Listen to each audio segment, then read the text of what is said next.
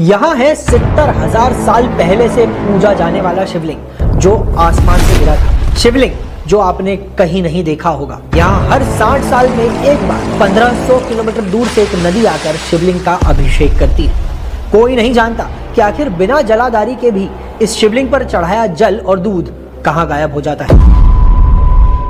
हम चलेंगे आंध्र प्रदेश के गुड़ीमल्लम में स्थित परशुरामेश्वर मंदिर की यात्रा पर। स्वर्णमुखी नदी के तट पर बसे इस मंदिर का इतिहास करीब 2600 साल पुराना है, लेकिन ये शिवलिंग कलयुग से भी पुराना बताया जाता है। अपने अनोखे स्वरूप के लिए प्रसिद्ध ये शिवलिंग धरती के पत्थर नहीं बल्कि 70,000 साल पुराने उल्कापिंड से बना है, जो कभी यहाँ पर आसमान से आकर गिरा था। इस शिवलिंग पर बनी मूर्ति में भगवान एक शिकारी के रूप में है, जिनके हाथ में कुल्हाड़ी और कमंडल है और वो एक बौने यक्ष के कंधों पर खड़े हुए हैं। मान्यता अनुसार यह यक्ष ब्रह्मा जी, शिकारी परशुराम यानी विष्णु जी और शिवलिंग शिव जी का प्रतीक माना गया है। सबसे रहस्यमयी बात तो यह है कि गर्भगृह में कोई भी नाली या जलाधारी नहीं है, फिर भी यहाँ चढ़ाया सैकड़ों लीटर पानी कुछ ही मिनटों में अपने आप गायब हो जाता है। हर 60 वर्षों में गर्भगृह में अपने आप स्वर्णमुखी नदी का पानी भर जाता है, जो मिनटों में वापस फिर गायब हो जाता है।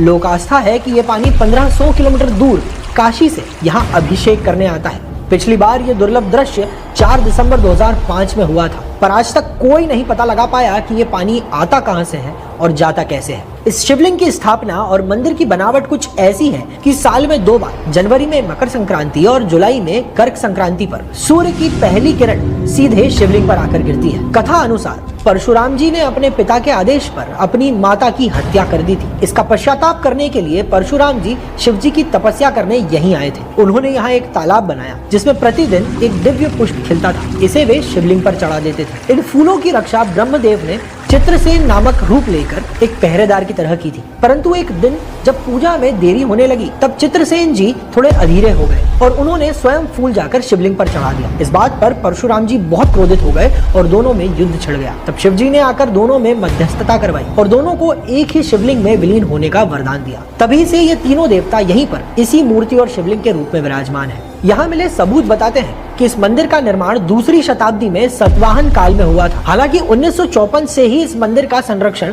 भारतीय पुरातत्व सर्वेक्षण को सौंप दिया गया। इस अत्यंत प्रतिष्ठित और सिद्ध शिव मंदिर में आपको 70,000 साल पुराने चमत्कार